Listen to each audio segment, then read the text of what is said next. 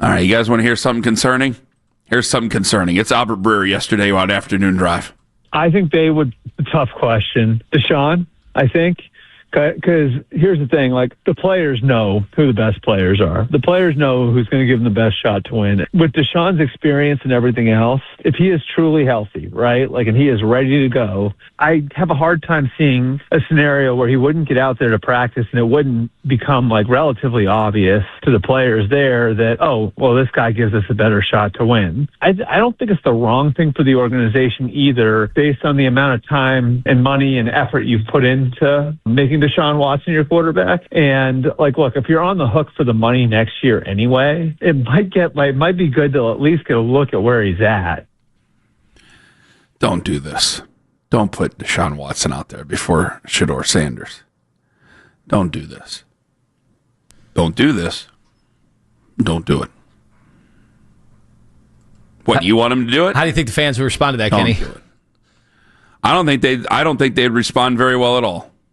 All right, so a couple things. I don't think it would go very. I think it would go very, very, very poorly. And you got 5 home games left. You put him out there before Shedeur Sanders, and you have a backloaded home schedule. You have plenty of times to be home. Don't. You are 2-7. I know they're supposed to try to win. I know you can't do it, man. You can't do it. It's a bad vibe. What? You know it's a bad vibe. Don't tell me what. Oh, no, I just thought there was no way that when they started with the 4-quarterback race, I thought there's no that prevented any chance of there being a Deshaun Watson game. How many of those guys are going to be left here? And yet here we are, and it does not sound like a crazy thing as we sit here right now. His practice windows could be open next week. Seems that the Browns are going to make that decision next week on Deshaun Watson. When you make that decision, you got a 21-day window, right? So I don't know how much longer Dylan Gabriel's going to play. I thought it could end against the Jets. I think it could end this week against the Ravens. Could it be after the first half this week? I don't know, man. I have no idea. But it's like if you had a choice between the two, you got to play Shedeur. You got to play Shedeur. This charade needs to stop. Now, I understand that there are rights to work and things like that, and you could just sit there and say it's undeniable. Now, if they both were to practice at the same time, one guy at one point played at a very high level in this league. That was then. Guys, that was 5 years ago. And 3 injuries ago. And when I said it yesterday, there were plenty of people go, oh, come on. I go, you guys are doing the same thing you did in 2022. I said yesterday, when you asked me the question, I go, I don't think he is emotionally ready to play. He wasn't last time. He wasn't last year, and he wasn't the year before. What's to say he's going to be emotionally ready now? He wasn't ready. There is, whatever it might be, an emotional block, whatever it might be with the offense, whatever it may be. He wasn't ready to do it. And I had people, oh, come on, that's ridiculous. No, it's not. Watch the Browns over the last 3 years and then come back to me. The last time he was ready to go and everything was there was 2020. That was 5 years ago. I did not, the guy that I wanted the Browns to get, I did not recognize the guy we got. They were two totally different players. So if you want to try it, you go ahead and knock yourself out. That was before the injuries, by the way. When they boo you out at home, and it probably still doesn't go any better, or if it goes maybe marginally better than it's already gone, then fine. The only thing maybe you'd be doing if you wanted to do big brain stuff, like I don't understand the win regardless. If you win a couple of more games, great. But I'll never root for losing. But the people who want them to have the highest draft pick at all, the only thing that's going to do is put the boots to you for a higher draft pick to replace this guy because he's not your future. So Mary Kay wrote, this was yesterday, Deshaun Watson continues to make excellent progress in his comeback from the re-ruptured Achilles. And I told you I saw him with my very own eyes running like the wind. And added this from Bill Musgrave, because he was talking about all the different things that he had been doing, that it seemed like there was nothing materially holding him back. Says I see him in the weight room all the time doing the box jumps and doing all the exercises, things that they put players through before the Achilles, and then throwing passes. I know at times when we're meeting or when we're doing other stuff in the afternoon, he seems like he's working like crazy. He is working. There's no doubt he's working out. Like, everybody knows that. No, he's not just sitting around. He is working out. Here's Mary Kay yesterday on Baskin and Phelps about it, on if Deshaun could play this year. I think that is all predicated on how he looks in those practices. But I think there is some sentiment. I think there is some curiosity, perhaps, to see what he can do and what he does have left in the tank. And I'll tell you, I mean, even Bill Musgrave told us this, that he's just working out feverishly, doing box jumping and all kinds of things behind the scenes. And he seems to believe that he's got plenty left in the tank. And who knows what he has left after a fractured shoulder surgery and 2 Achilles surgeries. It's hard to come back from those things, but he certainly apparently looks really good in his workout. There's plenty of guys that look good working out. He looked good working out before. You mention it. He walks out on the field. He has a physical prowess, but it doesn't mean it's going to be even better, any better. So we're looking at it all from you're really doing. You're not. Just let me say this: you're not a good football team, and all you're really doing. You're. I don't know how much of a better chance it gives you to win. And you think you're spitting on the fans. How advantageous it would be, and all you're going to do is just upset your fan base at home. So we're looking at it from the perspective of Deshaun Watson.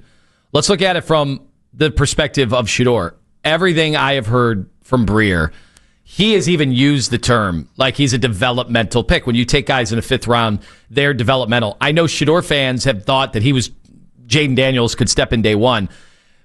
Breer, and he's not the only one, like guys that are as close as the Browns will let anybody be to the building and to any of their information flow, have all kind of made it seem like they won't use the term, but I'll use it for them, because when they're saying developmental quarterback, they are calling Shedeur a project. That is what they are calling him. That's how they are operating. That's how they are treating him.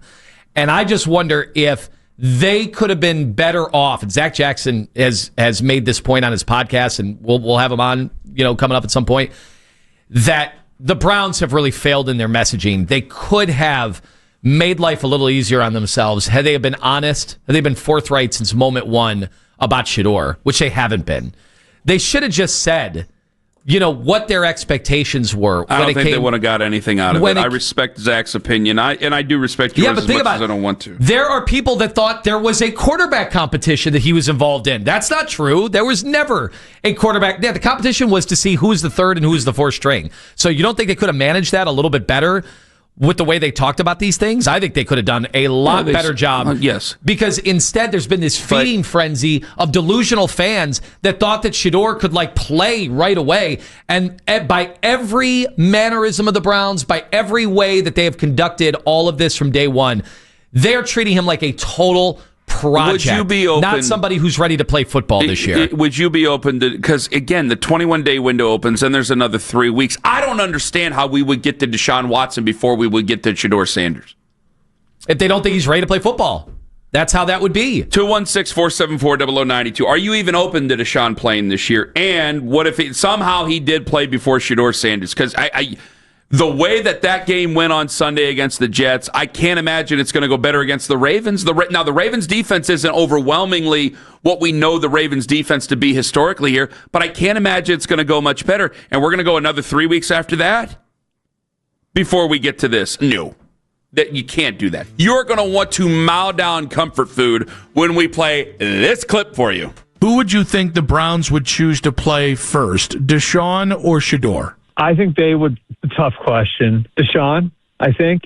Because here's the thing, the players know who the best players are. The players know who's going to give them the best shot to win. With Deshaun's experience and everything else, if he is truly healthy, right, and he is ready to go, I have a hard time seeing a scenario where he wouldn't get out there to practice and it wouldn't become, relatively obvious to the players there that, oh, well, this guy gives us a better shot to win. I don't think it's the wrong thing for the organization either, based on the amount of time and money and effort you've put into making Deshaun Watson your quarterback. And look, if you're on the hook for the money next year anyway, it might be good to at least get a look at where he's at.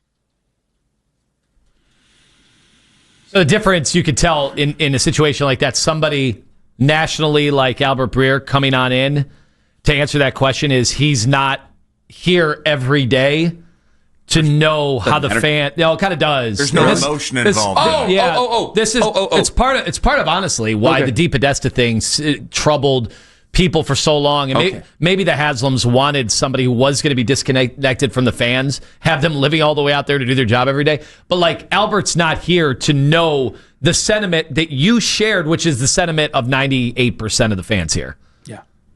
Yes. And I'm not. See, I heard everything Albert said, and it's not to shoot the messenger. I want to make damn sure of that. Because he's looking at it from a football sense. There's so many things about that Albert's right about, and you just hit on the one thing that he doesn't take into account. It's that you still got to put him out there in front of a stadium full of fans. And remember, you already let Joe Flacco go once because you wanted to protect his feelings. We have to make that abundantly clear. This was before he got carted out of the stadium in tears. I'm not being mean-spirited. I'm only telling the truth. Yeah. I don't believe he has ever been in the right space emotionally to play for this team. I don't think he came here to want to. I think that there was probably a try at one point, but I don't think he ever wanted to be here because he wanted to play here. They just offered the most guaranteed money, and that was it. I think his heart was probably somewhere, maybe in Atlanta or somewhere else.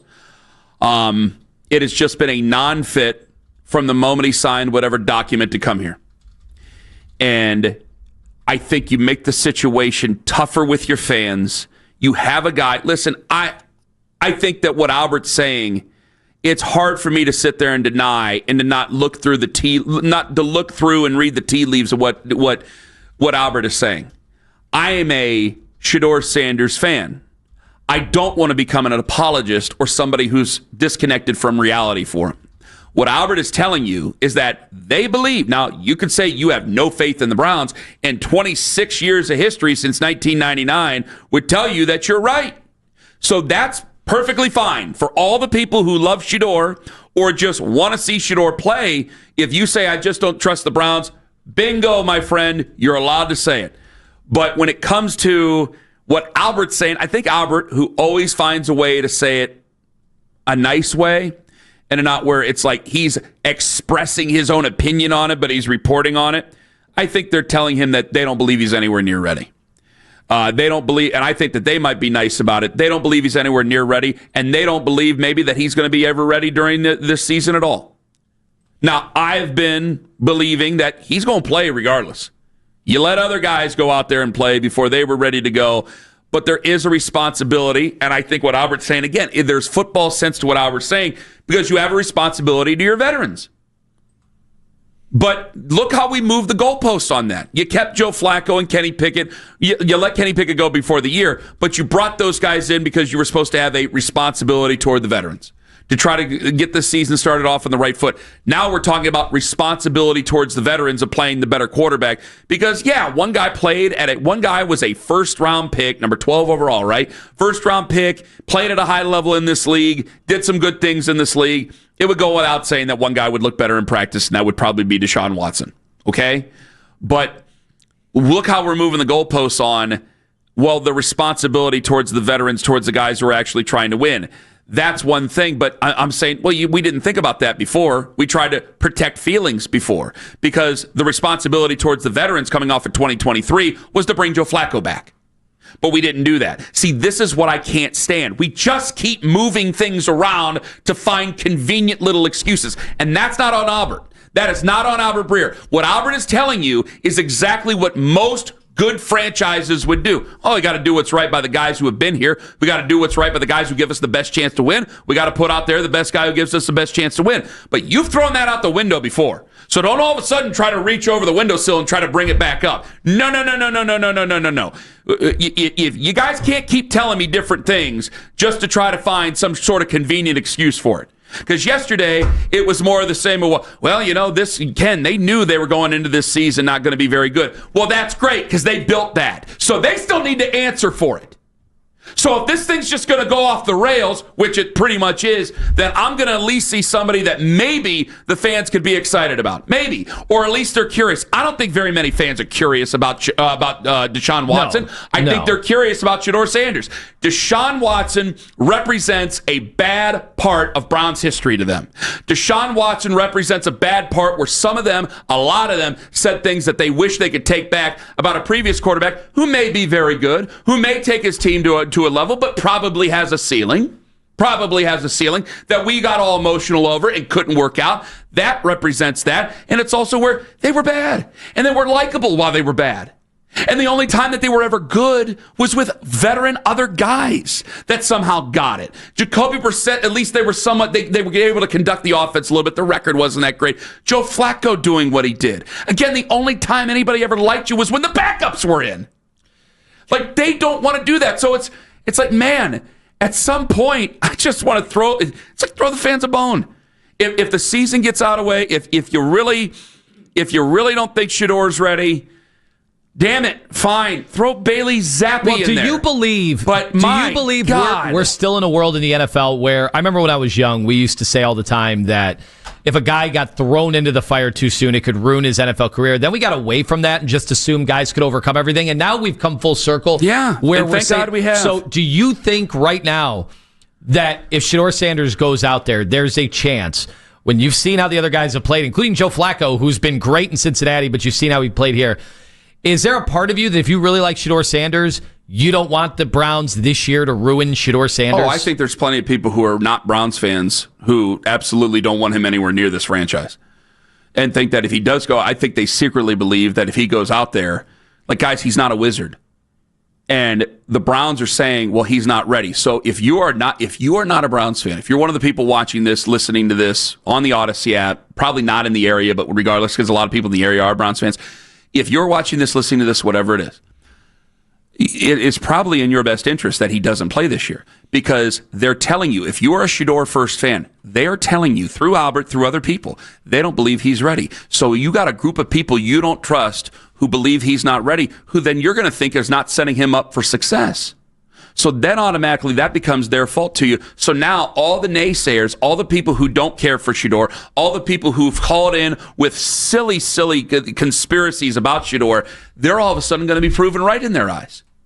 Because he would go out there and he would not play very well. I'm very nervous for when he plays, because they're telling us, without just coming out and telling us, it's through Zach and through Jason and through Albert and through anybody else that they talk to, that they don't think he's ready. And if he goes out there, they're doing it because they got no other choice to do it, and they're just going to go see it. And I'm afraid it ain't going to go very well, because if they don't trust him to run the offense, whatever this offense they call it is, I don't think it's going to get off the ground. It's just going to make them look bad, and we're all going to feel even worse than we do right now. But the answer to all of that isn't playing Deshaun Watson. I wouldn't boo Shedeur Sanders.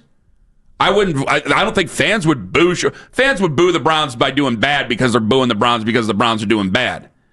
Like, good God. I mean, you think about the things that we've had to talk about here over the last few years. I mean, good God, we talked about how, well, you got to bring Nick out first and have Nick's, so the fans are excited for Nick, and then you bring Deshaun Watson. I mean, good God, they don't like the guy. They don't like the guy. Shedeur, they got a chance to like. But the Browns, in so many ways, they don't think Shedeur is ready. So, but is there any point to playing Bailey Zappi? Does that do anything for anybody? No, God, no. Well, so you just outlined three terrible choices. It's all bad. So probably the choice that would make the most sense to somebody like Albert Breer is the guy that you owe $96 million still towards. Because he's looking at it from a football sense. And if I was only looking at it from a football sense, and this is why I'm not ripping on Albert, because he's right. If we were only looking at it from football and you go, Ken, play the best player. Play the best player. Forget the fans. Don't think about the fans. Don't think about the people you talk to every day. Don't think about the people who come up to you in a grocery store. Don't think about the people who come up to you at a restaurant. Don't think about the guys who come up to you at wrestling practice. Don't think about any of those people. Think about football only. And I was to look at them both practicing, yeah, you know what probably conclusion I would probably reach, right? Because we're football guys. You know what conclusion I would probably reach. Sorry, I'm hitting the table too much. You know what conclusion I'd reach. But when I bring the fans into it and our own sanity, no.